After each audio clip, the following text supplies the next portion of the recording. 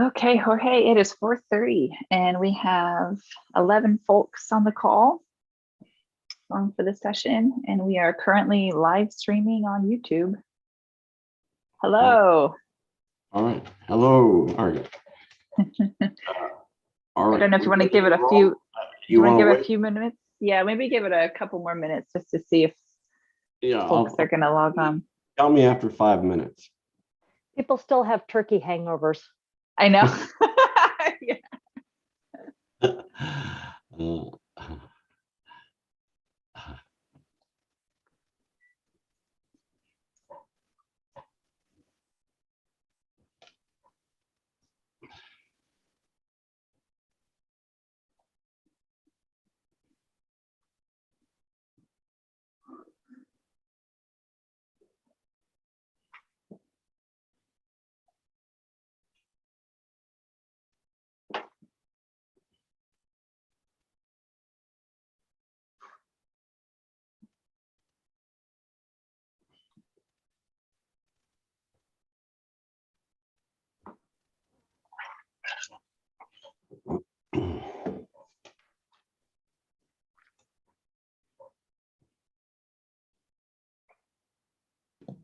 Hello, Emily. How are you doing? Hi, Dr. Butler. Dr. Butler, are you here in Austin or in Louisiana? I don't want to hear the term Louisiana anymore. Mm. Me being a board member at LSU, you know, foundation. Baton Rouge. I don't need to. They need to worry about academics and all this coaching stuff. Just I don't have time for it. But I took the last. I actually took the last month trying to keep it secret. Trying to keep it secret. Well, that was big news. Yeah, but yeah, I don't know. So, and then they beat my Aggies. I don't know how the Aggies just can't. I don't know. I don't know how you lose to a freshman team like that. Don't get me wrong. You know, I played at LSU, so that's my alma mater. But you don't take a senior team and lose. I think the stadium is hunted in Baton Rouge. That's what I think. Supposed to drive there Thursday to have lunch with the president, but too much going on. I think I'm gonna stay away. You doing all right? Y'all doing good? Doing good. It's the new director. How's the new director doing? I think they had a session with him on Tuesday. I mean, is he here tonight? No, No. that'll be next week. Okay. I think. Okay. He doesn't officially start, I believe, until January, but he's being introduced. Oh, okay. That makes sense. Mm-hmm.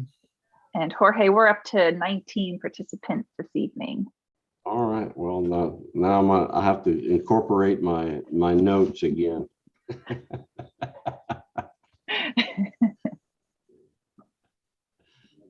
Well, you let me know when you want. I think we're good to start. All right. Well, I want to welcome everybody to the session 5 of the readiness training program for hubs, historically underutilized businesses. Session 5 will incorporate value propositions and communicating capabilities. As always, of course, special thanks to our sponsor, Travis County. And I also want to recognize, of course, our host and co-sponsor, the IC Squared Institute.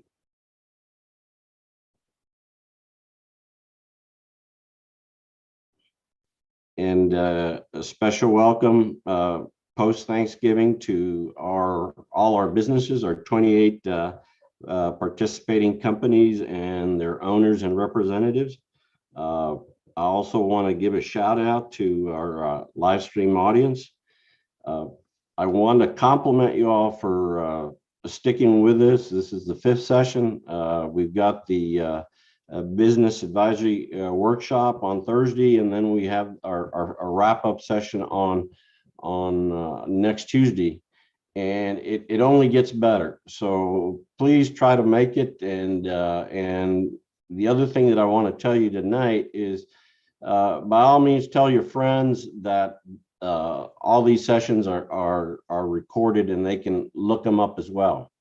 Of course, we're coming to the end of the intermediate training of Funnel 1. We're beginning to now broach some of the elements of Funnel 2 with tonight's presentation that with Mr. Richard Amato and Mrs. Cheryl Brown. They're going to touch on two important topics. Of course, we've already had one go around with the value propositions, and Mrs. Brown is going to cover the capability statement, and Dr. Jarrett will introduce them here shortly. Last thing I want to say is that, of course, we continue then to incorporate institutions from the University of Texas at Austin, specifically the Austin Technology Incubator that Mr. Amato represents.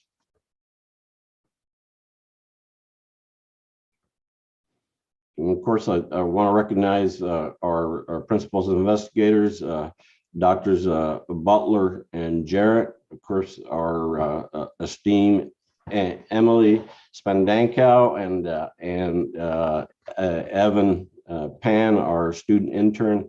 And of course, I'm your humble moderator, Jorge Anchondo. Dr. Butler, do you want to say a few words? I can't wait to hear Richard. I just want to say I hope everybody had a great Thanksgiving, and we look forward to continuing doing great things in this program. Thank you very much. Hello, Richard. How you doing? Good. Good, Johnny. How are you doing, sir? I'm doing pretty good.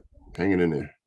Okay, and I just want to let everybody know that last week we had a terrific, or 2 weeks ago, we had a terrific session with Jim Nolan and Shasi Wilson.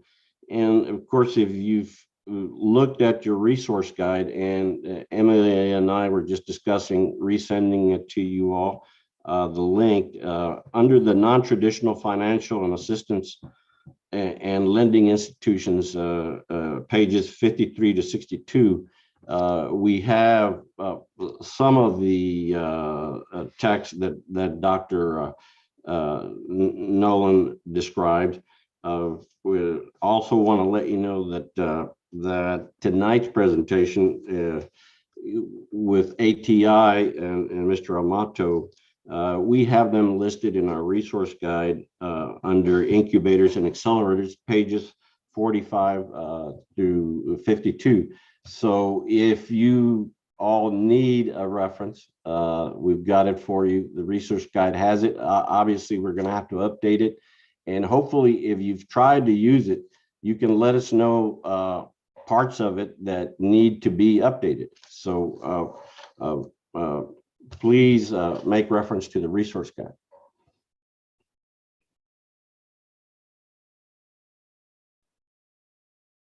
And right at this time, I want to recognize, of course, our co-principal investigator, Dr. Jim Jarrett, who is going to introduce our special guests and presenters.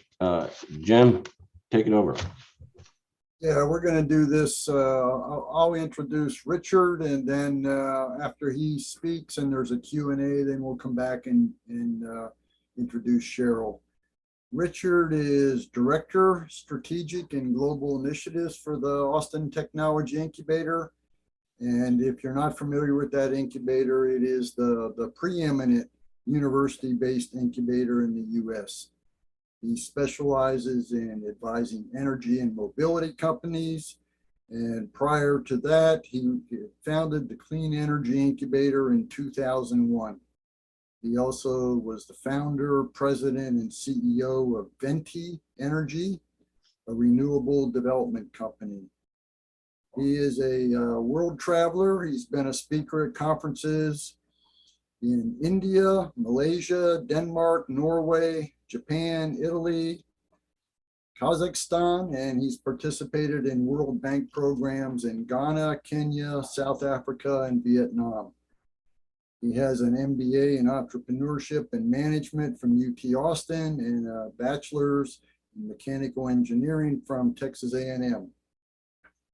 He serves as faculty for the Global Connection classes around entrepreneurship and sustainability at the Macomb School of Business. And according to one of his course descriptions, you can ask him questions about entrepreneurship and starting a company, the psychology behind being an entrepreneur, and defining your value proposition. And in terms of questions at this session, you can put them in the chat, and then after Richard finishes, we'll have a Q&A. Richard, it's all yours. Thank you, Jim. Man, what an introduction. I didn't realize I'd done so much. Appreciate you sharing that. Today actually is also my last day at ATI. I am leaving ATI. I'm staying within the UT Austin family, though. I am going to be moving over to Texas Global, which is our international office, and I'm going to be taking a new position, which will be the Director of Global Programs and Innovation. So continuing to work in that innovation, that entrepreneurship space, but getting back more onto the global side of things. So excited about that. But today, I'm here to talk to you a little bit about the value proposition, elevator pitch, and also want to do a little bit. We had a session a couple weeks ago with a few of the companies, and we started talking about the lean canvas and such. So I want to use the lean canvas model to talk a little bit about value prop as well. So let me just dive in. I don't have my second screen, so I've got to monitor all this. Let's see, share. And feel free. Can somebody let me share my screen? Go ahead and try again. Okay, now it's up. Feel free to interrupt me along the way and ask questions. But happy to talk to you guys tonight. Talk a little bit about value proposition. So first off, let me ask you guys a question. What is a unique value proposition? How do you guys define it? I just got out of class, so I'm in class, faculty mode, so I can sit here and be as quiet as long as you can. So I need some answers. Who wants to throw something out there?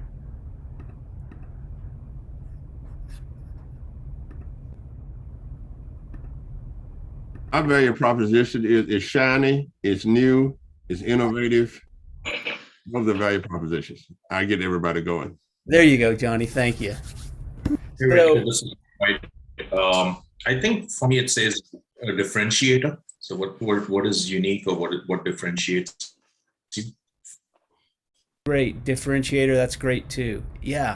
So basically unique value proposition, it's a clear statement explaining why a customer should purchase your technology or service or product. So key things there. It's got to be clear. You've got to clearly articulate it. But it's really, why is your customer going to exchange his or her hard-earned money and purchase your technology? And there's kind of three key parts. There's the product itself, there's the customer, and there's the value.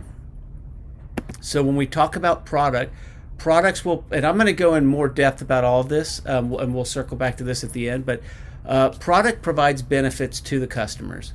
And how can you quantify those benefits or those values is really important. You can say it's better, but how much better? How do you quantify? That can be a very important part of a value proposition. For customer, how is it relevant to the customer? How is it solving that pain? And then as somebody mentioned, what makes it different? What is the competitive advantage? Why are you better than the other solutions out there? So first thing you need to do is to really define your value proposition. You need to better understand your customer. And you need to understand that your customer has a job to do. Okay? The customer jobs are whatever your customers are trying to get done. It could be functional, social, emotional, whatever it might be that may lead them to needing your product or service. Now, in trying to get those jobs done, they experience pain. And the greater the pain, the greater the problem, then the more motivated the customer is going to be to basically look for a solution, and hopefully your solution. So how can you identify not just what the jobs the customer needs to accomplish, but what pain are they experiencing, and how can you help them? How urgent is that pain? And then that basically leads to the customer gain. You will hopefully have a solution that will provide a gain to them. So what are the outcomes that the customers expect from that job? You know, what are they expecting, and what will motivate them to be a repeat customer and repurchase? So when we talk about this, a solution proposal, there's the shape, your solution, whether it's a product, a service, a technology, whatever it might be. What is it? What it is? What are the features? So what features do you have as part of your innovation, your technology? There's the fit, which is what does it mean? So those are the benefits. So you have features. Features lead to benefits. Benefits provide advantages. And then benefits lead to value. And that's what it does. So what it is, what does it mean, and then what does it do? And the value is basically will help move that economic unit in a significant manner. So basically what that's saying is your customer is going to be highly motivated to purchase your solution. So let me just go through an example of this to help better understand, because values drive decisions. So remember, we've got features. Features lead to benefits. Benefits lead to value. In this example, I'm going to use the iPhone because I think most everybody knows what an iPhone is. Probably at least half the people on this call have iPhones. The features of an iPhone, and I think this was an iPhone 11. It has an A13 Bionic chip, 3,000 milliamp hour battery, 5.8 inch OLED screen, triple lens cameras, water resistant case. Those are the features of that technology. Okay? But as a customer, I'm not necessarily buying the iPhone because of those features, but it's what those features mean. Those features will lead to benefits. So the benefits of those features are, for example, with the A13 Bionic chip versus the A12, the prior version of the iPhone, it was 20% faster. The bigger battery allowed for 18-hour talk time. The OLED screen had a higher resolution, triple lens cameras, increased picture options, water resistant case, increased durability. So you can see now how the phone there is talking more to the benefits that I will receive as a customer. But you want to take it one step further and take it from features to benefits to now what is the value? So how do you define the value of those benefits? And in this case, with the faster chip, you've basically got increased productivity. So you can get more work done. With the battery, this may be able to swap it out instead of having to carry two phones around. This may be able to be your primary phone. So you can save money, not have to have two phones or such. With the OLED screen, higher resolution, better clarity and function, and same with the camera. Higher quality photos, you may not need additional cameras or other thing. And then the resistant case, less breakage. For those of you like myself who have iPhones, iPhones early on were not the most durable, especially compared to Samsungs and some of the others. But less breakage means less money I have to spend to replace it and all. So if you can see how we're basically translating the feature set that the phone has into the benefits for the customer, and then how that translates into value for the customer, because it's that value that's going to help drive decisions. So let me just take a second there to see if anybody has any questions or thoughts or comments before I continue. And I don't have my second screen, so I'm like moving all you guys around as I'm trying to read my slides, and I can't tell when hands are up, so just feel free to speak up if you have a question. Okay, so let me go through another example and kind of talk about customer-oriented benefits. So customer-oriented benefits must communicate those product attributes, the feature benefit set, in terms of meeting the needs felt and valued most by the customer. And different customers can have different values. In this prior example here, some people may value some of the productivity and other enhancements much more than others, and thus may be more likely to purchase that phone if that is important to him or her. So again, customer-oriented benefits are focused on specific customer segments. An example here is a resume building service. So again, what's the feature of a resume building service? The feature is it's going to provide professionally designed templates. But what is that benefit? The benefit that the templates provide is an eye-catching resume that stands out amongst the competitors. And then what's the customer-oriented benefit or the value? What's the real value? Why is somebody gonna subscribe to a resume building service? Any guesses? Not everybody at once, please. To get the job. Exactly. It's basically a tool to help you land your dream job quickly. In fact, if I could go straight to getting a job and not doing the resume, I mean, that's the only reason you do the resume, right? So again, just think about it as you're thinking about your technology or your service or your product. Think more about the value that it's bringing to your customer segment and what value they see, and how do you translate those features that you have to make them less technical and more related to the value that it brings to the customer itself, because that's really what's motivating that customer, to buy your product or service. Oops. So again, unique value proposition is a clear statement explaining why your customer should purchase your technology. It's focused on benefits that quantify from the benefits features to the value. It's got to be relevant to the customer. It's got to be solving a pain. You could still have value, but if that customer doesn't see that pain, they're not going to purchase. And that's where we can start talking about customer segmentation. Like I said, some segments may much more than others. But also remember, you're not operating in a vacuum. There are competitors out there that are trying to solve the same pain. So what sets you apart? If you're, are you bigger, better, faster? Are you cheaper? What is your differentiator that is setting you aside? Is it after-sales service? Basically, there's a lot of different ways you can differentiate. Probably the least advantageous one is by price, just offering a lower price. That is an advantage. But then you get a race to the bottom because price isn't that unique of a differentiator. Other competitors can drop their price as well, and then it just becomes, a financial game. But what are you doing differently than the competition that provides you that unique advantage?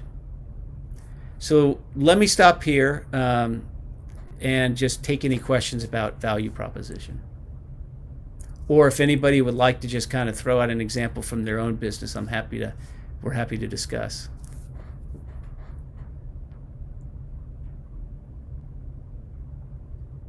I have a question, actually.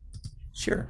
I'm curious if there is a formula or a suggested methodology to translate your benefits to a value. Is there any recommendation on how to do that? Because I guess for those of us who might be intimately familiar with all the technology of the product that we offer, that we're really the expert in our field, sometimes it's hard for us to make that connection. So I'm just curious if you have any suggestions on how to make that transition. Yeah, and I think that's one of the challenges, like you just said, is that as the innovator, the founder, the technologist, as the company, you're intimately familiar with that product, that technology, that service, right?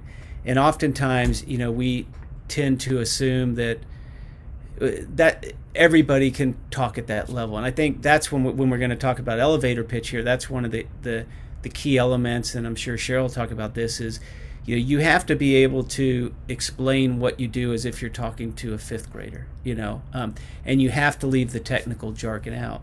But as far as how you translate that to value proposition, I mean, one of the key things, if you can't do it inherently, one of the key things to do is just customer discovery, is talk to your customers, try to get a better understanding of what they're really valuing. You know, you may think it's one thing and it may be another. Are you if it's a service business, is it based on the quality of the service, or is it based on the price? Those two things are usually, opposite. Or is it based on timeliness? Is it based on reliability? There's a lot of different things. Some of those intertwine, some of those don't, but it's really important to understand what the customer values most. And again, different customer segments may value things differently.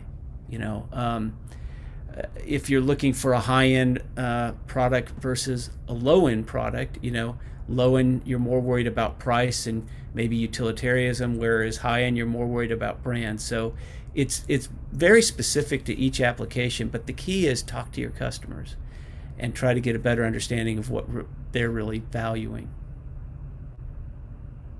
It's a great question. Other questions? And Cheryl, feel free to jump in here. We worked so well together last time. I have a question, sir. Really? When it comes to marketing, do you think the emphasis needs to be placed more on the pain solved or competitive advantage? Because when you get a chance to have a sales pitch on Facebook, you have a Facebook ad, you only have a small area that you can run advertise, right? You cannot really list all the benefits that you have. You have to have a key thing, information throw out there. So which side should I address, the pain, or should I address my value? Well, I think you need to do both. And Cheryl, you may be talking about this in your section. I don't know, but that's really where the elevator pitch is key. Is you need to be able to succinctly, in 30 to 60 seconds, be able to explain what you do. You don't need to explain how you do it. That's not the key. It's what do you do, and then where that value is and how you set yourself apart. So pain is a critical piece, but also differentiation is a critical piece. And I don't know that you really can pick one over the other. Facebook is a tough example because you have such a broad audience. I would definitely recommend that if you are going to do any Facebook advertising, that you do segment the market in Facebook. Think about this: a female senior may be buying the same exact product or service as a young adult, recent college graduate female, but how they buy and what is attractive to them is what you're going to be selling.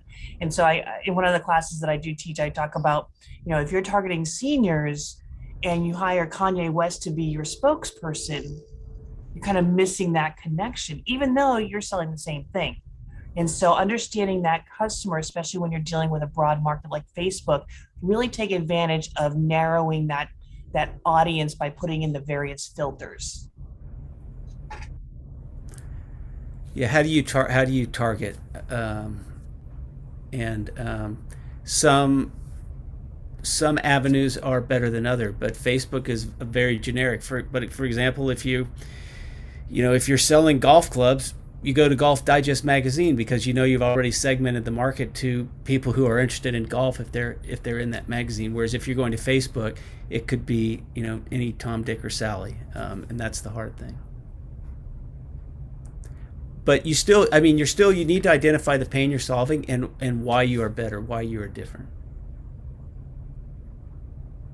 So great question. Any other questions at this point? Richard, can you maybe go start in on the elevator pitches since that? Yeah, let me take you through. I want to take you through the lean canvas example real quick because it talks about that a little bit.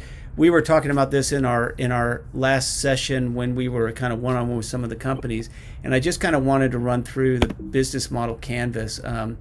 I don't know to what extent that you guys have worked on this, but basically, I think you guys are working on business plans and such. And, business plan is simply a strategic roadmap that helps you identify your goals and in those goals, the strategies necessary to achieve those goals, and then what metrics or KPIs to get there. There's the business model canvas. I'm going to kind of fly through this, for the sake of time, which is in essence, a one-page canvas that allows you to kind of put together all the key elements you really need to be thinking about, when you're working on your business. And it's been adapted into numerous variations, including the lean canvas, which is more for startups, which I'll kind of show here. This is the business model. This is the business model canvas. And just quickly, the left side of it is really focusing on the company itself and the product, the operations, the resource activities needed. The left side is focused more on the customers and the market and the channels to get there. The bottom of it, the foundation, is all about the financial end of things, with the left side being cost and structure underneath company operations. So that kind of logically aligns. And then revenue streams under customers. So your expenses and your revenues. And then right there in the middle, tying it all together, is your value proposition and what uniquely differentiates you, which we've been talking about. So let me take you through an example. This is the lean canvas model, a little bit different, but not too much different. And use the example of Uber. Now remember, this is Uber doing the lean business model canvas way back when they were first launching. And so the first thing you want to define is kind of who are your customer segments. And with Uber, they have basically two customer segments, passengers and drivers, because they're making money off both of those, the passengers as well as the drivers. And when you look at under customer segments, some of the early adopters, passengers were using, or there's classic taxi services and public transport. Now, what is the problem that the customers are having? Well, from the passenger side, expensive, taxi services are expensive. When you get in a taxi, you don't really know who your driver is. Again, you got to go back 7, 8, 10 years when Uber was first launched. And also availability of cabs. I've had a few late nights in Austin, where I was out with friends having a little fun, and we were taking a cab back and literally waiting for hours to catch a cab back in the pre-Uber days. The problem on the driver side was job opportunities. As a taxi cab driver, you don't know who you're driving as well. And what some of the existing alternatives, again, were transport and classic taxi service. So then basically the revenue streams for Uber is 25% of each ride fare. That's how they started out. So now what's the solution?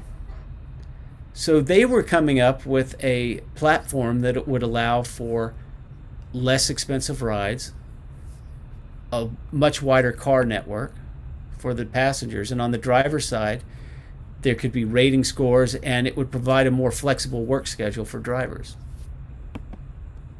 And so their unique value proposition, again, we're coming back to value proposition. The unique value proposition as it applied to passengers was that it was a single app for all the services that allowed for something that was reasonably priced, safe, convenient, and basically 24/7, round the clock. On the driver side, it's a different value proposition, right? Because again, Uber has two customer segments, passengers and drivers, and they're completely different. This is called a two-sided marketplace. But for the drivers, the value proposition that Uber provided drivers was basically the freedom to work on their own schedule and basically kind of be their own entrepreneur. And it was simple and it was convenient. And at the time, it also provided routing via the navigation through the app and such. So there are a lot of advantages that it was bringing. And this high-level concept, this is kind of what you would consider your elevator pitch. This is a very simplified one, but at a high-level concept, how can you use it as an analogy to something people may be very familiar with? So at the time, Uber was like a taxi, but cheaper, safer, and more flexible. Everybody knows what Uber is now. It's rather ubiquitous, but back then, nobody knew what Uber was. So they had to analogize it to something that people were familiar with. Now, when you really start diving into elevator pitches, you may want to expand upon this a little further. You may want to talk a little bit about, how much cheaper, 20% cheaper, what's driving the safety and such, and expand upon this. But this is a simple example. As far as channels are how are they going to basically get their solution to the customer. And back then they were looking at word of mouth, PR, and referrals. And then what were some of the key metrics that they were working on or focused on that would help drive and help them better understand their success? So number of users was one, especially on the passenger side. Number of rides, or basically how many rides on the driver's side, and then total income. So those are the metrics they deemed that they needed to pay attention to make sure that business was going in the right direction and growing at the rate they wanted. And then the cost structure. Their cost structure at that time, they had to develop the app, and so they had product development cost. They had quite a bit of market expense, and they had salaries. They are not really a hardware company, so there's not a lot of hardware costs there. And then finally, what is their unfair advantage? So what makes them unique? What's that unique part of the value proposition? And so how do they compare against the competition? And basically, again, it goes back to simplicity. Low rides at the push of a button. And so this is just one example, real world, real live example with hopefully a company everybody's familiar with, that you can see how you can get through this. And again, when you start thinking about your elevator pitch, first you have your value proposition, but then your elevator pitch. Really, your elevator pitch has to communicate very quickly, within 30 to 60 seconds or so, what it is that you do, and basically, why you're better, why you're better than the competition. So again, like this example here, Uber is like a taxi. Right there, most everybody at that time knew what a taxi was, so I kind of understood it, but it was cheaper, safer, and more flexible. That's their value proposition. So let me leave it on that. Presentation-wise, any questions on this?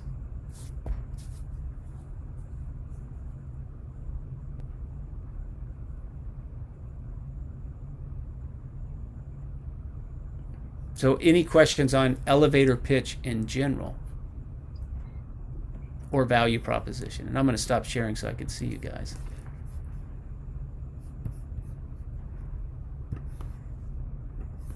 Hey, Richard, the comment, when we went through the exercise a couple weeks ago to put ours together for our company, like I mentioned last time, it was kind of, I just was all over the place. When you went through it right now, it made logical sense of starting over on the right side and then moving to the left and filling in, and when we research into the process of how these are put together, does it kind of tell you to do it that way? Because I really didn't even know where to start, quite honestly. Yeah, I mean, there is a method to the madness, and with the lean canvas, the order with you don't have to follow it, but the order within which we went through the blocks is kind of that natural order that you should follow. I mean, kind of starting with the customer segmentation, going to the problem pain, so in general, that's kind of the natural logical flow, and it should make, if you think about it that way, it should better help you as you work through it.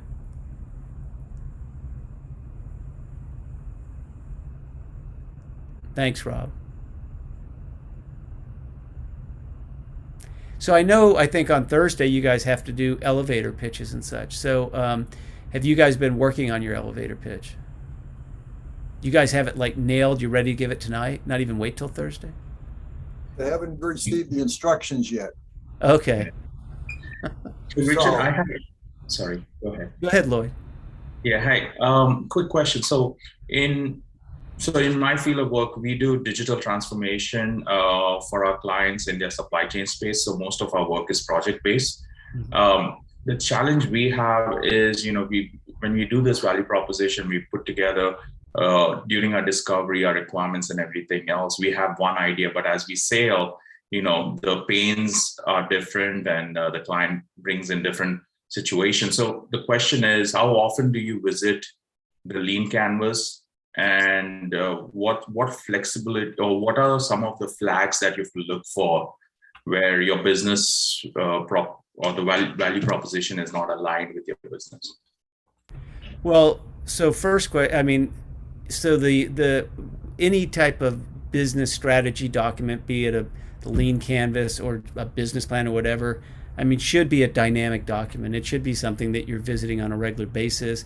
It's providing guidance, and helping along the way. And especially as a newer, if you're a newer company or not, as you mentioned, if you're running into not roadblocks, but if you're running into challenges where you're trying to figure out what the best path forward is, I mean, that's where you have to constantly be pivoting and constantly be trying something new. So you're constantly evolving this. This is a never ending process.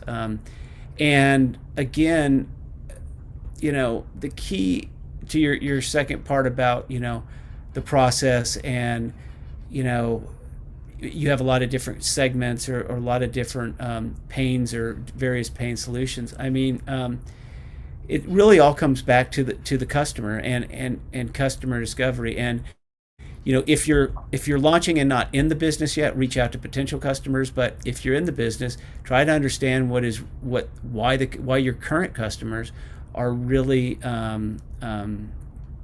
continuing to work with you. A recurring customer is your greatest validation, because they bought it once and they bought it again, which meant they liked it the first time, right? So if you have customers that aren't recurring, if you have kind of the nature of a recurring business, try to understand why they are not repurchasing, whether it's a service or such. So there's no magic formula here. But kind of the magic elixir per se is your customers are your best source of information, and constantly be gathering as much information directly from them as you can. I mean, they're your greatest feedback loop, right? Right. If you're making a widget and you think, hey, everybody wants red widgets and we're going to make all our widgets red, and your sales plummet, well, you probably guessed wrong, right? But the market will be a very strong indicator of what's interested. So the more you can talk to your customers in the market before you spend a lot of money, doing any product or development or such, the better. Okay, thanks. I have a comment here. So that I have a lot of products, because I'm a printer. I can print whatever people ask me to print. So my struggle is when it comes to the elevated pitch, I realize I really need to narrow it down on the products that I need to talk about. So I look at my monthly top selling categories. The issue is they change every month. So like this week, my top item are banners, but the last week it are the mailing things. And then the week before it was tons of labels. So in that kind of situation, do you recommend me just to talk about one product or keep it generic? But are you doing customized printing per Yes. orders, or are you just basically manufacturing or printing product and then selling them? Are you doing it on spec or not? Yeah, I'm highly customized. I wait on customer to provide me the graphic, and I print whatever quantity they ask me to print. Well, then think about it from the perspective of not what you're designing specifically for the customers. Those are your end products, right? Because you're not trying to sell those, right?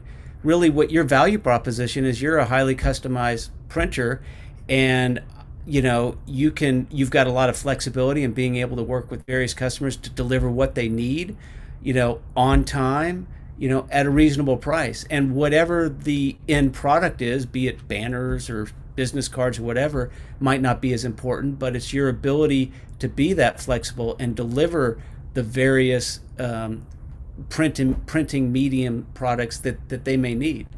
And your differentiation may really be, that you have more hands-on service. It may be price, it may be turnaround time, it may be custom flexibility or ability to customize. I don't know, but that's what I would focus on. I mean, think of yourself as more a service, providing a service to the customer as opposed to the product that you're delivering to them.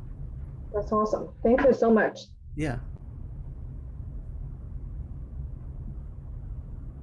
Jim, you tell me, I know we're bumping up to time, and I don't want to take all Cheryl's time either, so, because she's even more fabulous than I am. Okay, yeah, well, let's move on then. And if you have any further questions for Richard, you can always put them in the chat and we'll pass them along. I'm sure even though he has a new job, they will be glad to respond. Let me just introduce you to Cheryl. Some of you have already heard some of this, but since June of 2007, she's been an advisor with the North San Diego Small Business Development Center, and that's located at MiraCosta College. She specializes in government procurement and has counseled over 3,000 small businesses. And that's resulted in over $700 million in awarded contracts with local, state, and federal agencies. She's also a small business owner, and she brings a practical application approach to counseling small businesses. She has a bachelor's degree in entrepreneurship and in 2019 received an MBA. She is certified as a small business consultant, a certified Kaufman Fast Track facilitator, and a certified technology commercialization advisor. She's also received numerous awards and certificates of recognition from state and local government officials in California for her success and dedication to the small business community.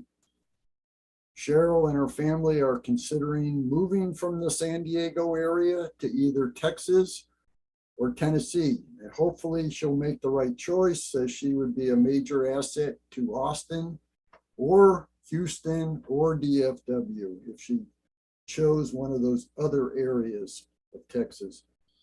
Cheryl, it's up to you in terms of how you want to have questions. We can have them in the chat and deal with them at the end, or you can take them as you go along, but the floor is yours.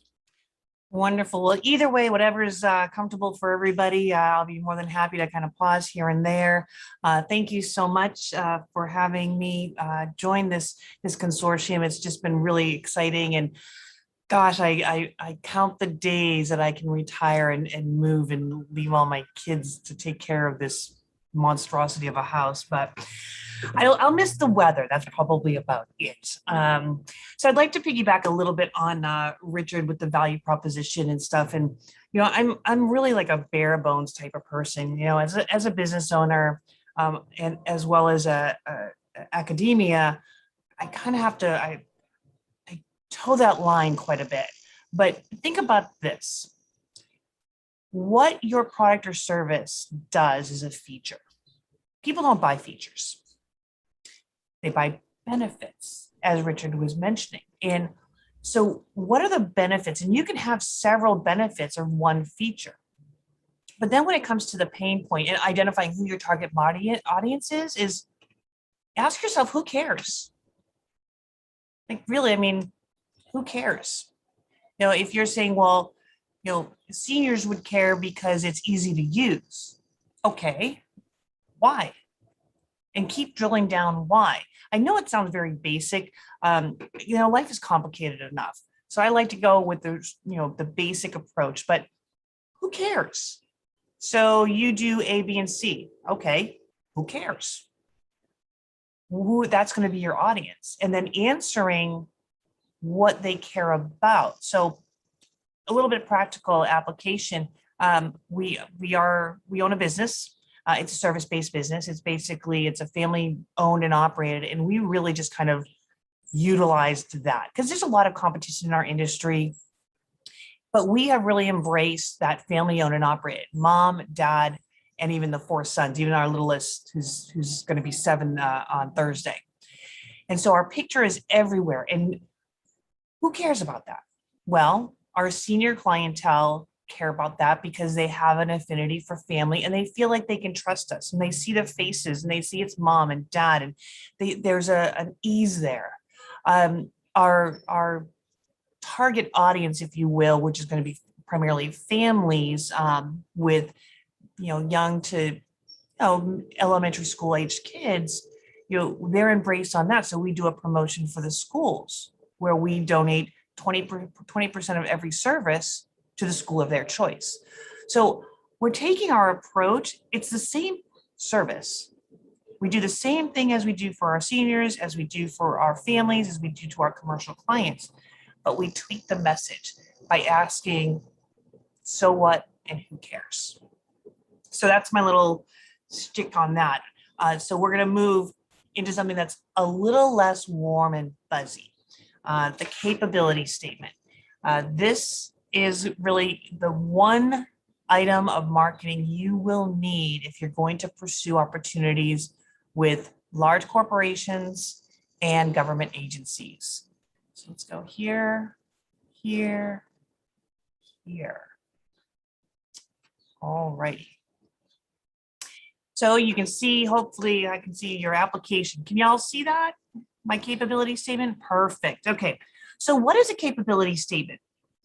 It's very simple. And please don't overcomplicate this. It is a factual snapshot of your business. That's it. It's a factual snapshot of your business. Now, if for some reason you don't have enough facts about the business, we can then always add additional, I call it the warm and fuzzy, like the differentiators and things of that nature. But typically when you're dealing with government, large corporations, they're not really all that impressed with the warm and fuzzy piece. Like our government clients, they could care less that we're family owned and operated. They care about, we do a good job, we're thorough, we're going to go the extra mile, and we're going to get it done on time. That's what they care about. And really, there's only 3 questions that your capability statement needs to answer. Oops, let's go right here. Number 1, what do you do? Now, for the printing company that we have today, you guys can do a ton of things. I mean, printing is so vast. But really, what is your sweet spot? As Richard was kind of talking you through, the differentiators, custom, logo graphics, things of that nature. When someone says, oh, we're a printing company, most people are going to have some understanding of what that entails. So what do you do? Short, sweet, to the point. This is huge. What have you done? What have you done for me lately? Here's a real reason why the what you've done is so important. A lot of general contractors specifically will say, well, I have a license that says I can build a house from the ground up. Okay. But have you ever built a house from the ground up as a business? Well, no. I have a license, though, that says I can. Okay, well, first of all, I know a lot of people who have driver's licenses that can't drive. So the what you have done kind of puts the money where your mouth is. In the government sector, in the large corporation environment, you do not want to be trying a new product or service. You want to stick with what you have done. And granted, it may not be that much, but you can grow upon it. And so really, first thing is, what do you do? What have you done? And how do I contact you? Think of the capability statement and that initial introduction or that initial connection with your customer as a first date. you're not going to spend the whole weekend together. You're going to go out for coffee or drink, something that's a little bit, smaller. And you're going to get a little bit to know. The idea of this, the first introduction with your pitch and your capability statement, isn't to get married. It's to get a second date. And so you want to keep it succinct. You want to keep it factual, and it's a snapshot. And it's that introduction.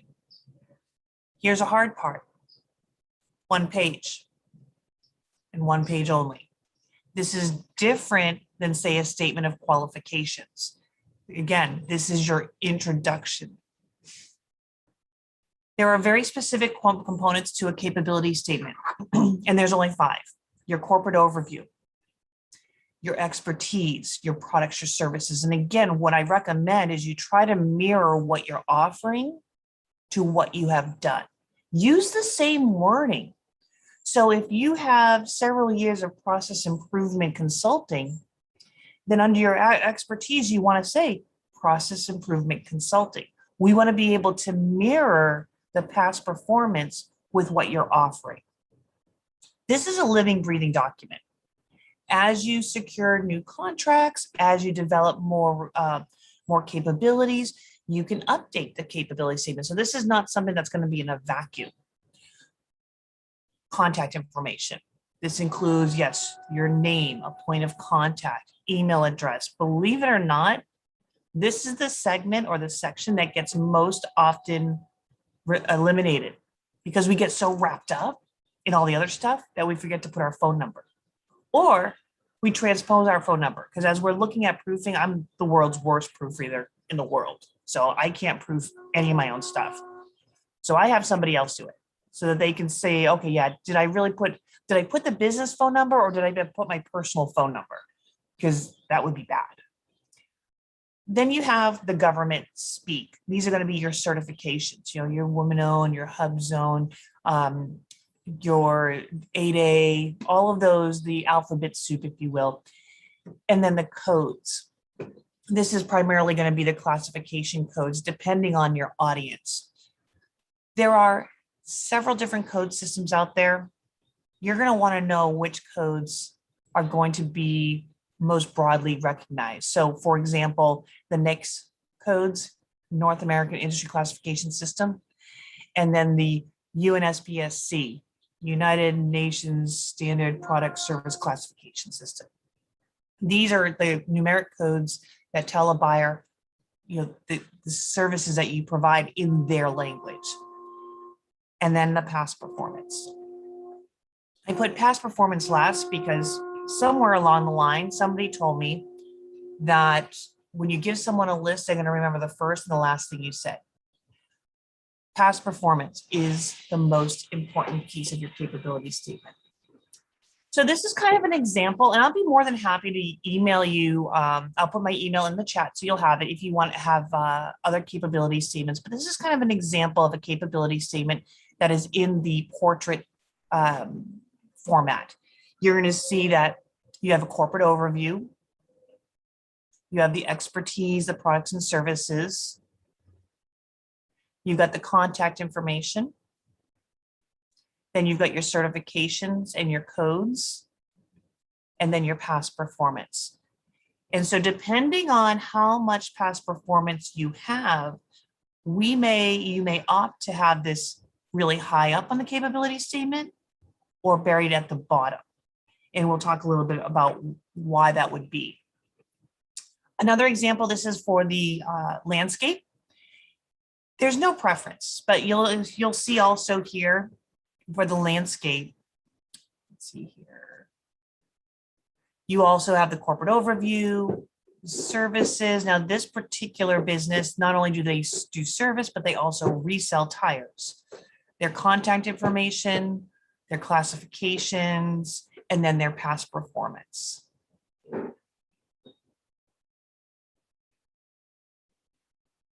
So which is better, portrait or landscape? It doesn't matter.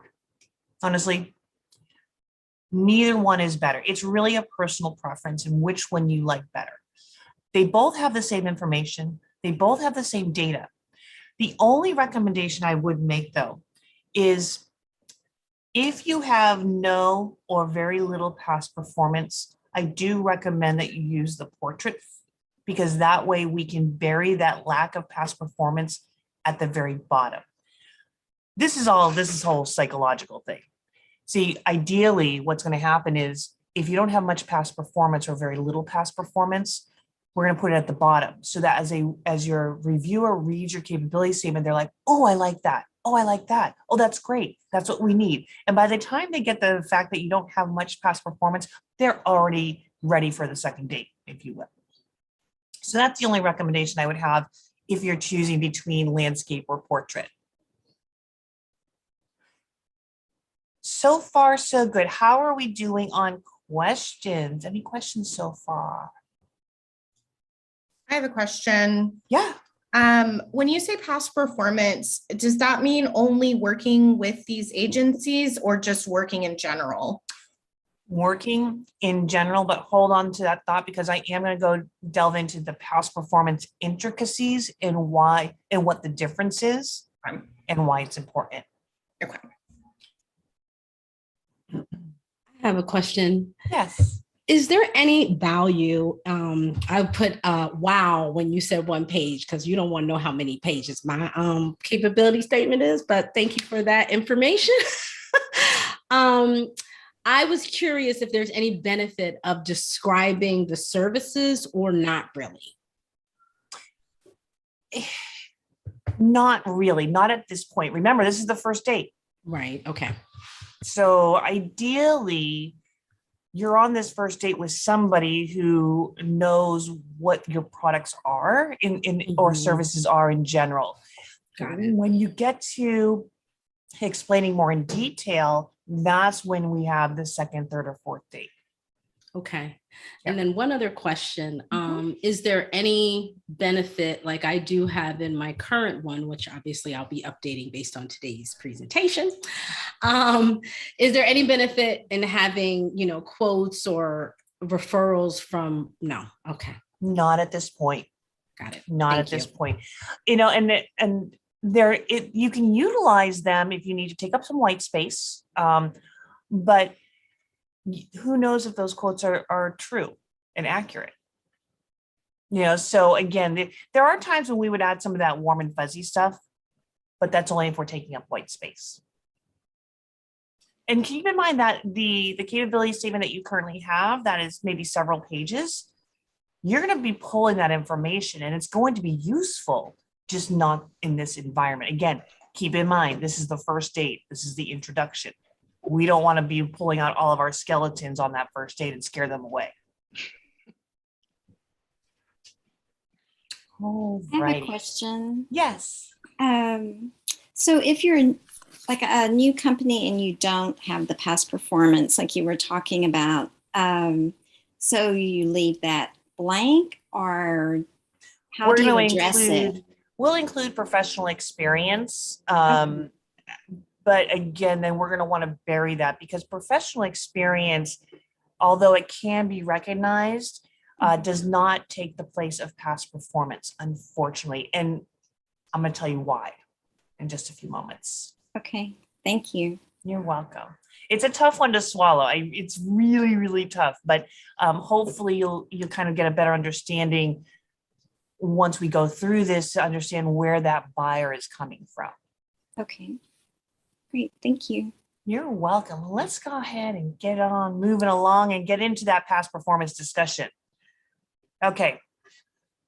Past performance is not professional experience. Past performance is based on what the company has done as a company.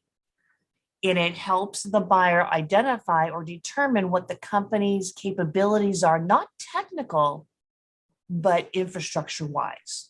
Number one reason businesses fail to perform is cash flow.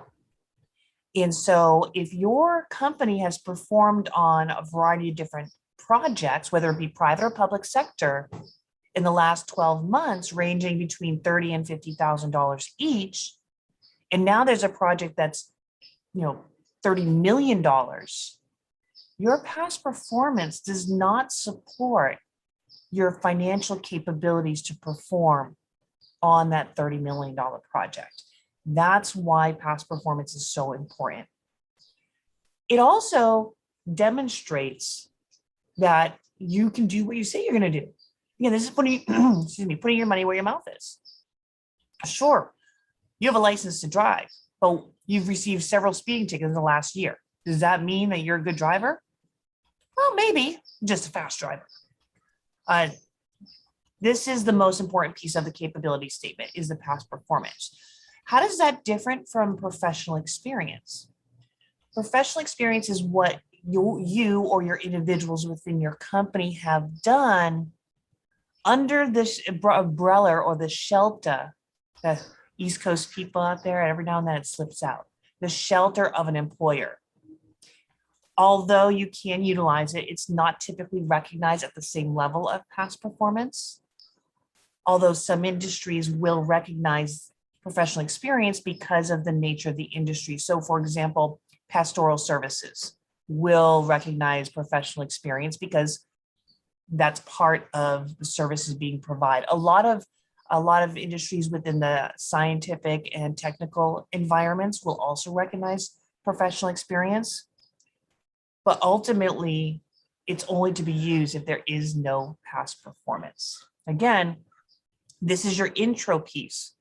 When you're putting together a statement of qualifications, which is much more involved, or you're responding to a proposal or an opportunity, then yeah, it's going to be a combination. You may have to include that professional experience because the requirements may require that your staff have X amount of years in that particular industry. But past performance in this environment is the key and it's most important. So what's the big deal?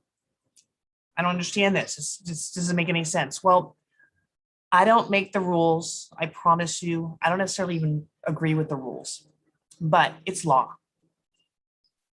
If you look at the Federal Acquisition Regulation and the Code of Federal Regulations, subpart 9.1, there's a section called Responsible Prospective Contractors. And this is copy and pasted from the law. See, any purchase that is made with your tax dollars is a government contract. And when there is a purchase being made with your tax dollars, that purchase is mandated by law.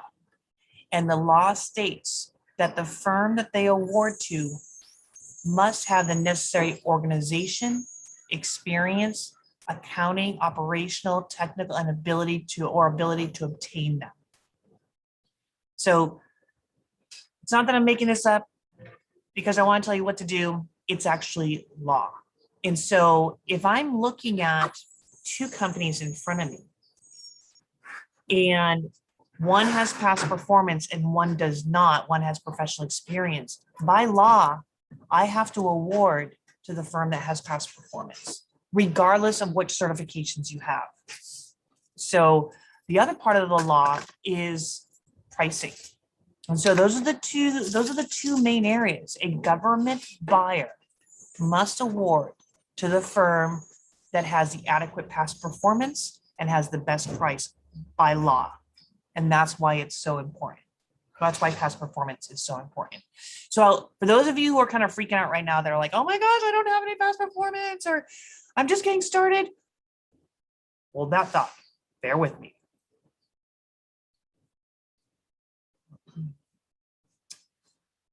So when you are formatting your past performance is a very specific format, dates of performance. We want to know, is that performance in the last 10 years? Has it been 20 years ago? Can you use past performance from a firm that you worked or owned previously? You can, but how old is that past performance? Contract number, if applicable, because remember, all government contracts are public record. And so you want to make it as easy as possible for your potential buyer to kind of do a little bit of background checking on you. Remember the first date?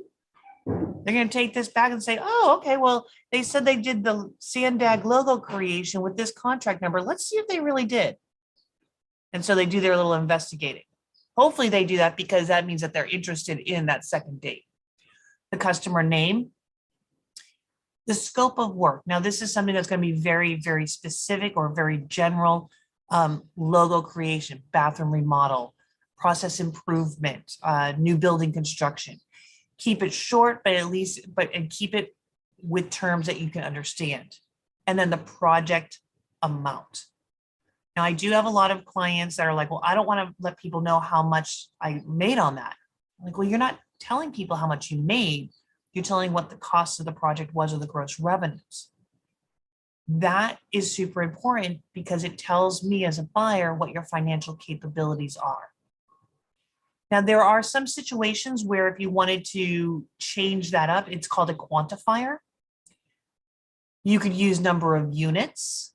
You could even utilize number of attendees. So for example, maybe you did, maybe you're in promotional products and you sold 1 million pens to the Department of Defense, but the gross revenues for that were only, $400,000.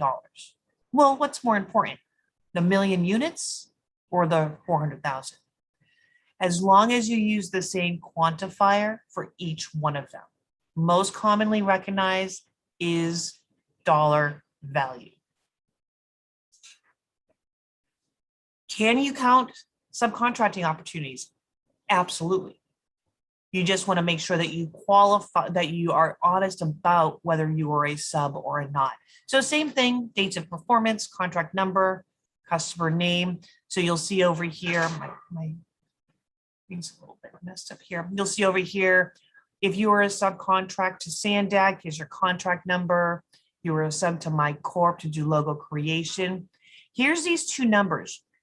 The first number is the total value. So this was a $1.2 million project, and your portion of it, even though it was only $2,300, it shows me as a buyer that you have the capabilities to be a sub on a large project like that.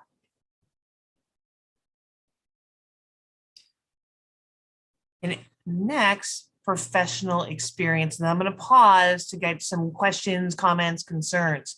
So professional experience, see, you're going to do the same thing. Dates of employment, employer name, title, and the scope of work. So here what I'm going to do is, maybe I can blow this up a little for you. Okay, so what you're going to see here, professional experience. So there's the dates of employment. There's the name of the company. And here are the bullets: implementation services, change management, process development, assessments.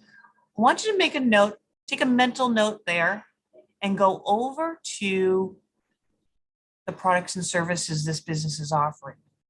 Implementation services, change management, process development. So you're going to use the same wording over here, whether it be past performance or professional experience, to what you're offering. Eventually, what's going to happen with this particular one, and this capability statement is about 9 years old. What has happened since then is this professional experience over here is no longer on the capability statement, and it has been replaced with current past performance. So that's going to modify and adjust as you go. Okay. I know that's a lot. Past performance, professional experience, prime, sub, what, and you want me to put this all on one page? You're absolutely insane. That's why you invited me today. But questions regarding past performance, professional experience, anything that I can help clarify, because it's kind of a big deal. It's the most important piece of your capability statement. It gives me a chance to take a little sip of my smoothie.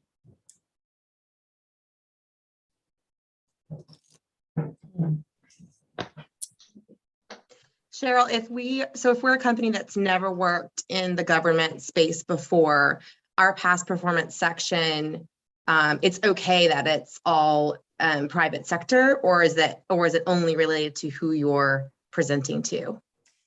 Anything and everything. Okay. So one of the things about your past performance and your capability statement is it's not a complete listing of all your projects. You get to cherry pick. So as long as you're putting them in chronological order. So for example, if you worked on, you want to list whatever you want to try and showcase. So you may have 10 projects in the last 12 months, ranging from $5,000 to maybe 500,000. You may opt to pick all the higher dollar value ones, because remember, you've only got one page. So you can pick and choose which ones you post there. There is a hierarchy, obviously, depending on your audience. And so if you're targeting the commercial sector, the private sector, then yeah, private sector commercial past performance is going to be much more attractive to them. I recommend that you do a combination. That way you're not creating several different capability statements. Again, this is your intro piece. When you get to the phase of really submitting for an inquiry or a proposal, that's when you can come into your statement of qualifications and get more detailed. But this is just that snapshot, like, oh, this is our great stuff. This is what we do. Hey, you want to go out again? So you can pick and choose. So yes, private sector, public sector, it's all past performance. The only difference is how a past performance and professional experience does need to be clarified specifically in your capability statement. Thank you. You just answered my second part of that question, which is great. So you're saying too, then, if we're able to showcase, we get to choose what we want to showcase, make sure you put it in chronological order. This is what I'm hearing you say. I'm repeating it back, so I'm making sure I'm understanding. And also just picking like because for our company in particular, we have such a wide variety of clients that we service. And so would you say it's better to show that, even though some are much lower revenue points and some are higher, or is it just better to put, your big fish in there? Great question. Whatever's sexier, how's that? I mean, that's, and really what are you trying to showcase? Like if you've worked with like Disney and Paramount and things like that, well, yeah, you want to kind of put those because they pop. Right. But, but you can also combine that with your larger projects for, ABC No Name Corporation. Sure. Okay. So yeah, you can, sometimes you may want to put in the diversity. So a lot of like my companies that work in supplies or commodities will then pick and choose the diversity of the products or services. Yeah. But think about what would be impressive on a first date. Okay. And what is going to be well known. So yeah. That's great. Thank you. You're welcome. So one of the things that I do, it's one of my favorite quirky things. I got involved with government contracting in 2003 as a hobby, and I'm not quite sure how many people do that. It's kind of a weird thing. Another weird thing I do is I love formatting capability statements. So if you give me the content, I will play with it and I will make it pretty. Oh, by the way, at no cost to you. So just FYI, I'm going to throw that out there for you. Where do we sign up? I'll send you my email in our text, and I'll get to that information. So a couple things here as we go into the final slides here. Some common missteps, mistakes. These are the things that you do. We find ourselves kind of doing wrong. Number one, across the board, is forgetting the contact information. Across the board, because we get so wrapped up in everything else. Stay away from using paragraphs, especially in this day and age. We have the attention span of gnats, just in general. Your reviewer should be able to review your capability statement within a matter of seconds and see exactly what you do and what you've done.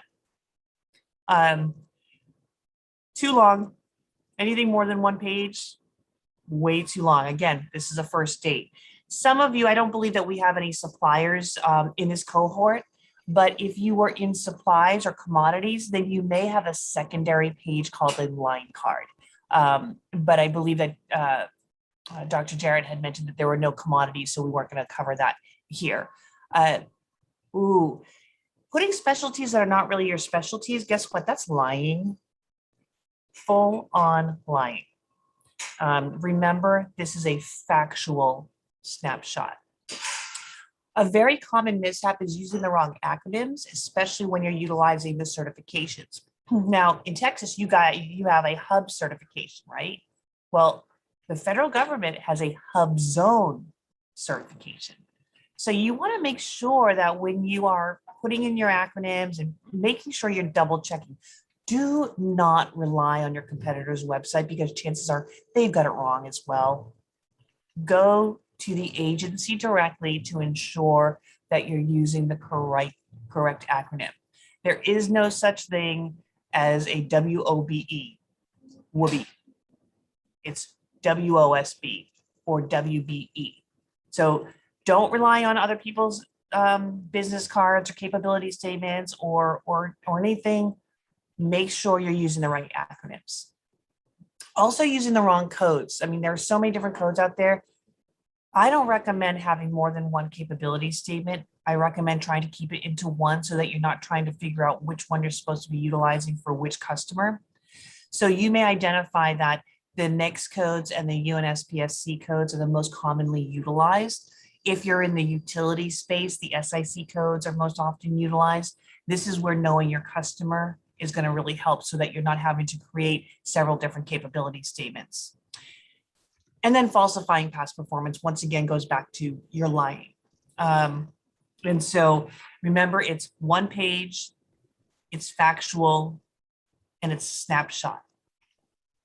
So with that being said, I do have some questions that have come up throughout the years of teaching the class. First of all, do you need a website? Not technically. I'm going to recommend that you do have one, even if it's a landing page with your contact information. Some of my clients have actually just transposed their capability statement as their landing page. So do you need a website? It's not required. Is it highly recommended? Yes, it does bring some justification and validity to the business. Emails. Okay, please get a core company email. Do not use Gmail, Yahoo, etc., especially with the government sector. Many times these emails get flagged for spam or they don't even get through the firewalls. So make sure you're utilizing a company email. Also be very cautious for those of you who are using a generic email such as info@mycompany.com, sales@mycompany.com. Many times those emails also get flagged as spam and also don't get through the firewalls. So you're better off having something like john@mycompany.com, susan@mycompany.com. I get this all the time with my senior clients who have worked for a gazillion years. They finally retired. They realize that retirement isn't good. They don't like golf. Their wives are driving them crazy or spouses are driving them crazy. And they get very frustrated about not being able to use their professional experience. So oftentimes it goes like this. So you mean to tell me my 20 years of experience means nothing? I said, no. I'm not saying that. What I'm saying is in your 20 years of experience managing multi-billion-dollar projects, did you have to do the payroll? Well, no, the accounting department did that. Did you have to do the hiring? Well, I did the final interview. Okay, but did you do the new hire paperwork? No, the HR department did that. Did you do the legal review on the contract? Well, no, we have a legal team. Did you have to float the cost of that project while you were performing? Well, no. There it is. That's the reality. No one's doubting your technical capabilities. The doubt is whether or not your company has the infrastructure in place to support that particular project of that size. And that's why it's so important. I always tell my clients, sometimes the worst thing you can do is you bid on a project and win, because now you've got to perform. Should I have multiple capability statements? I don't believe so. When you have the more capability statements you have, the more you have to figure out which one you need to utilize for the right type of audience. Having one, again, is your intro piece. Can you use private sector past performance? Absolutely. Absolutely. Private sector, public sector, it's all past performance. So now that you have one, what do you do with it?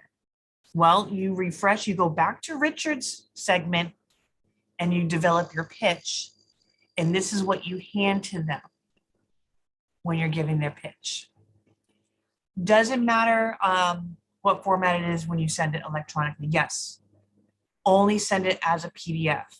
No Word, no funky different types of PDFs or anything like that.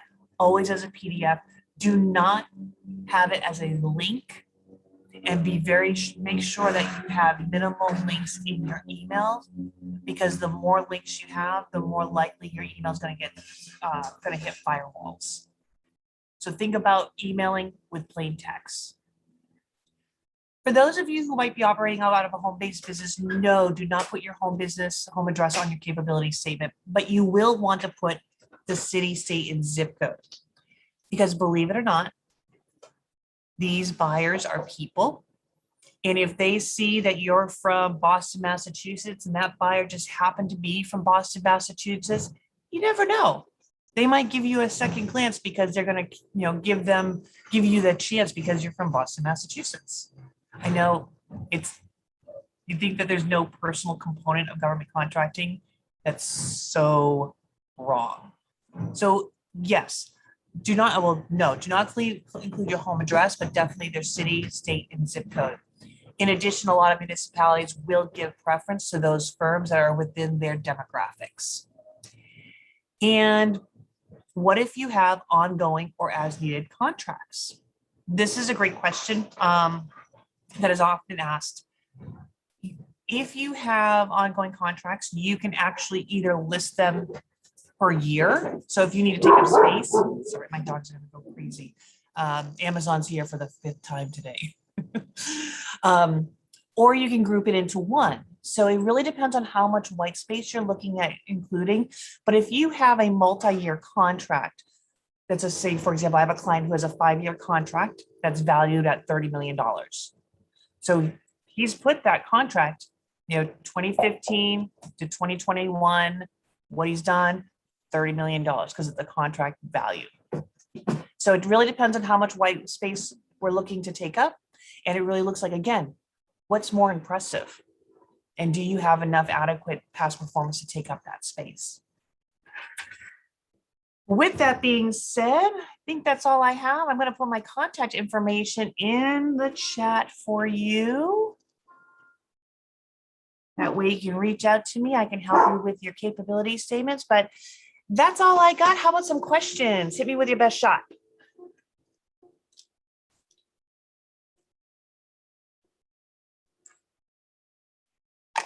Did I make it in time? Did I do good on time? I don't remember. Yes, Cheryl, I did great on time. And I think that I'm just looking at the chat, lots of thank yous. No questions that have appeared yet. But what I also want to do is we do want to spend a little bit of time covering a bit more detail about the elevator pitch and preparing for the Thursday Business Advisor workshop. So I'm just going to do one more ask of any questions for Cheryl at the moment, and then we're going to have Richard talk a little bit more about the elevator pitch and our plans for Thursday and next week.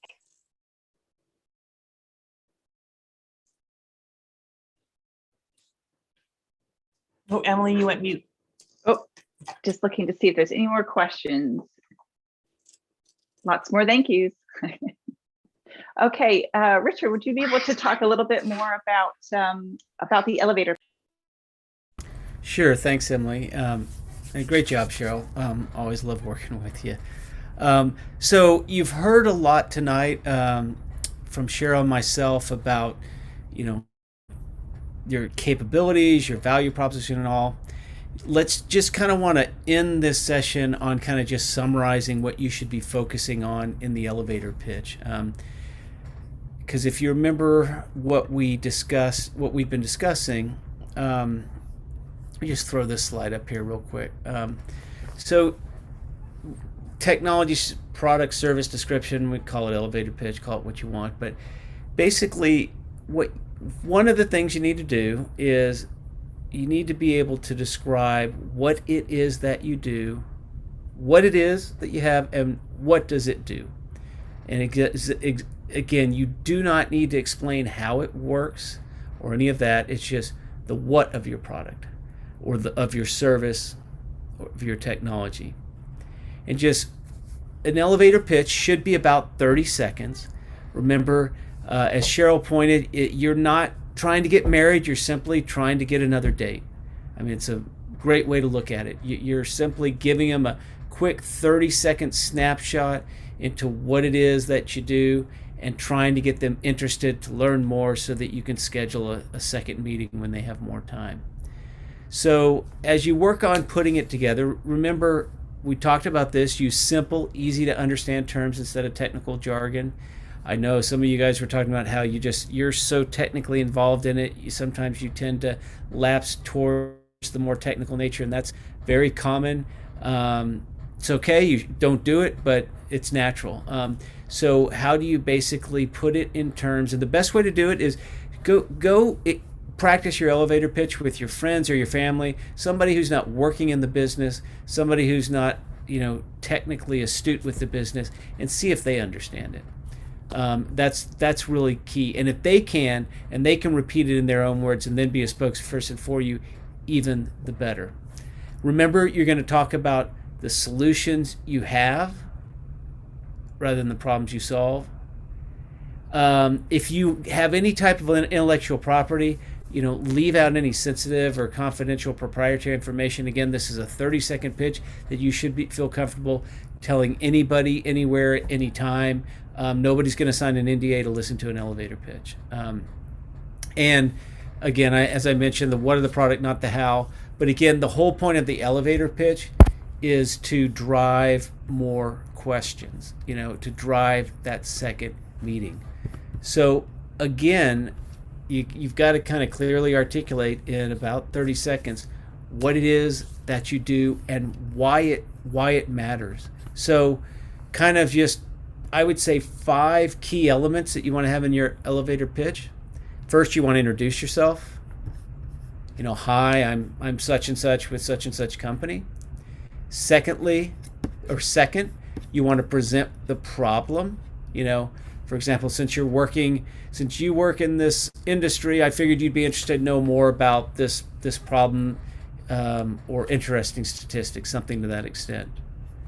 The third piece is the solution.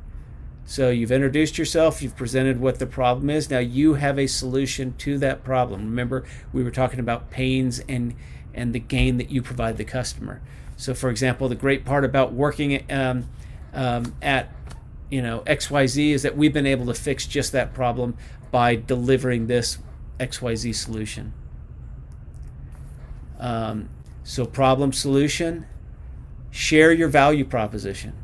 Okay, because just because you have a solution, your competitors may have the same solution. You're solving their problem. Many people are solving their problems. Again, what's your unique differentiator? What's your unique value proposition? We are the only company that offers ABC, whatever it might be. And then finally, if it's appropriate, add a call to action. I'd love to schedule a meeting to talk to you about it more. Maybe next week or such. Here's my card, or can I get your number? So again, 30 seconds. Introduction of who you are. Here's the problem that you're solving, and here's your solution. Here's why we're different. Your value proposition, and then a call to action. It's really simple, but it can take time to develop the perfect one, and you should always be evolving it. So practice work. Thursday will be a great opportunity to try it out for the first time, and then after Thursday, continue to tweak it as you get feedback on how it resonates, not just with yourself, but with those that you're presenting it to. So I'll open it to questions here. I don't know if you have anything you want to add to that. I would like to, the most uncomfortable thing you can do, but the best thing you can do to prepare is to record yourself giving your elevator pitch. And when you can rewatch that without cringing, now you've got it. So I find that to be really helpful as well. I did put a note here to ask open-ended questions as a way to open up the dialogue as a part of your call to action. And so an example of an open-ended question would be something like, if you don't know what they're responsible for procuring, what are you currently doing in the areas of procuring, custom printing services? What are your minimum requirements to be eligible for opportunities with? What certifications, if any, would help you? What would we need to do to be eligible for opportunities with?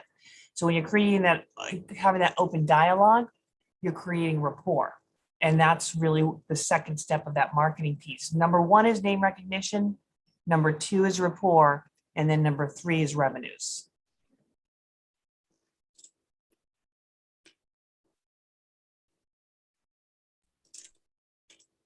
Let me mention that Cheryl has a slide deck on elevator pitches, and we can probably send that on to you all sometime tomorrow, if that would prove helpful.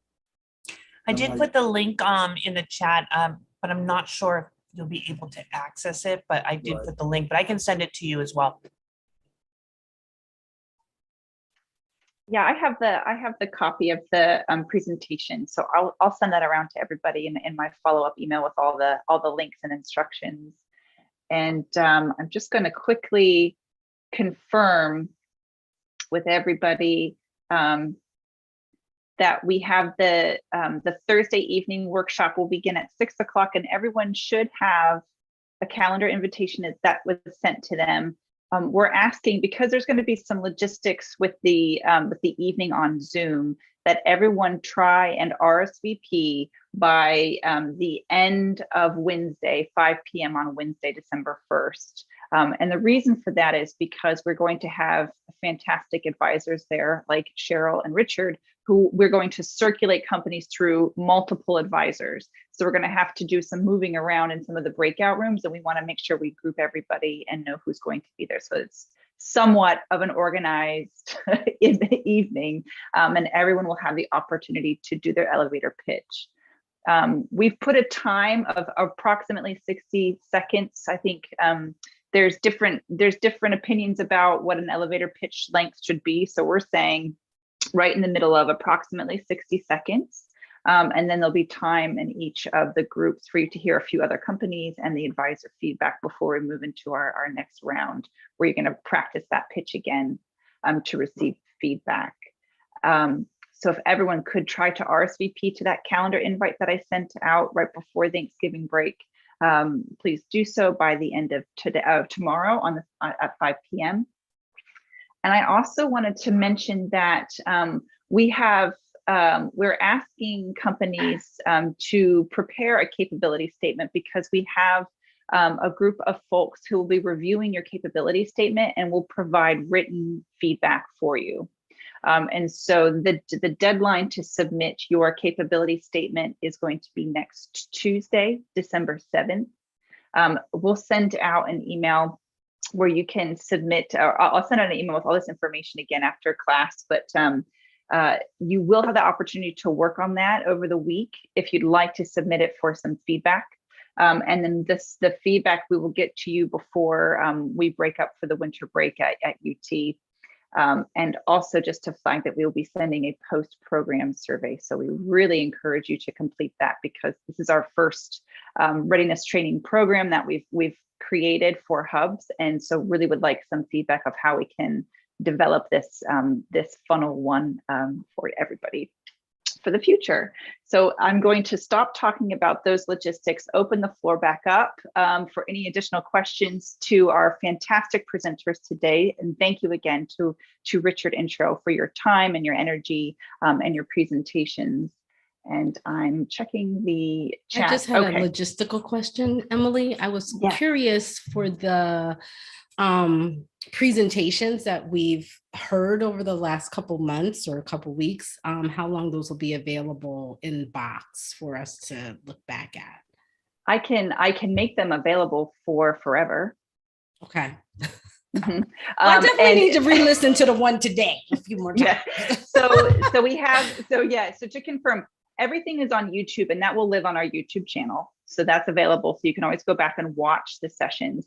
And then the links that I've sent out to the actual presentations in Box, you can download those and save them in your own personal files, wherever you'd like to do that. We do have a system where our, yes, I will send out the YouTube channel where we've been sending these. I will put that in the email. But yes, so you should have both access to presentations and the actual recordings of all the events.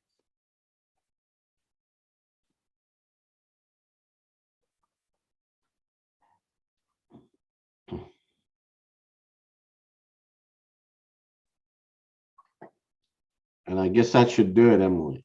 Okay. I'm Thank just you going to for check the tremendous chat. presentation, Richard and Cheryl.